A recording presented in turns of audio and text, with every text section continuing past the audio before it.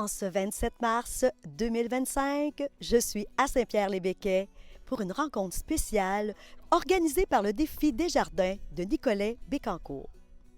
D'ailleurs, en cette grande campagne de sensibilisation, l'événement accueille aujourd'hui M. Pierre Lavoie, cofondateur du Grand Défi Pierre Lavoie. Et ce sera en compagnie des élèves de l'école secondaire Les Seigneuries.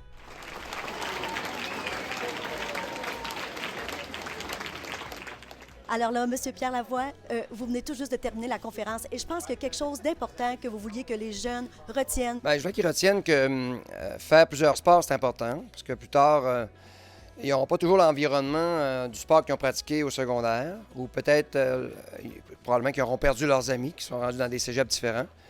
Et s'ils regardent dans leur coffre à outils, puis leur seule compétence, c'était de jouer au volleyball avec leurs amis, et ils ont perdu leurs amis, puis ils ne sont pas de niveau collégial, bien là, ils sont mal pris parce que dans leur coffre à outils, ils ne savent pas nager, ils ne savent pas faire de vélo. Donc, c'est important de connaître différents sports dans différentes sphères pour qu'une fois que tu as fini ta passion, bien que tu as d'autres outils pour rester actif pour la vie parce qu'on doit bouger toute notre vie. Tout à fait, puis vous avez parlé d'un modèle. Un modèle, le modèle scandinave, oui. Bien, c'est parce qu'il y a des modèles qui existent. Ils retardent la spécialisation. Là. On voit en Norvège, c'est 15 ans. Mais la plupart sont entendus sur 14 ans. Donc, à 14 ans, on ne touche pas aux enfants. On les laisse développer leurs compétences. Et après, on peut les spécialiser. Et ça va de faire des meilleurs athlètes. Puis ceux qui ne se sont pas spécialisés, vu qu'on a développé des compétences, restent actifs pour la vie. Donc, on voit que c'est le meilleur modèle qu'on voit dans le monde. Puis on aimerait beaucoup que le Québec aille dans cette direction-là. Vous êtes d'ailleurs un super beau modèle. Alors, merci pour ce que vous faites et ce que vous aussi partagez avec les jeunes. Ça me fait grand plaisir. Alors, je prends 2 petites minutes avec Chloé. Qu'est-ce que tu as retenu de cette belle conférence? Vraiment la persévérance, de toujours persévérer même quand c'est difficile, parce que c'est ça qui est le plus important, parce que même si on a de la misère puis qu'on continue, on persévère, on va l'avoir, comme il a dit, puis c'est vraiment important pour moi. Et toi, tu es une grande sportive?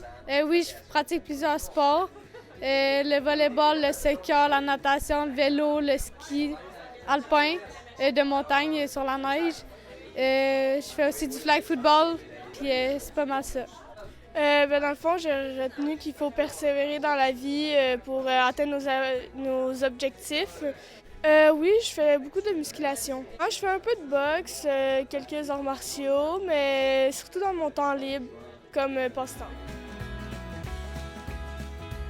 Monsieur Pascal Blondin, qui est directeur général ici, pourquoi c'est important pour vous de recevoir Pierre Lavoie?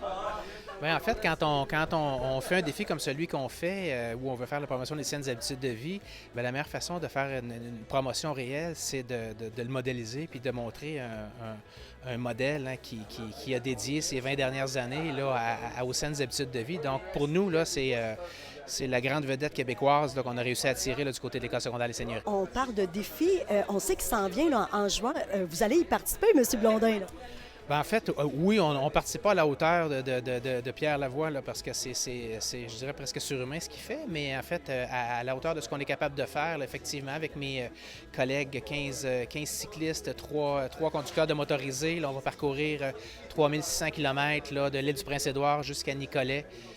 Pour faire la promotion des saines habitudes de vie puis ramasser des sous là, pour les écoles. Puis la campagne de financement va très, très, très bien.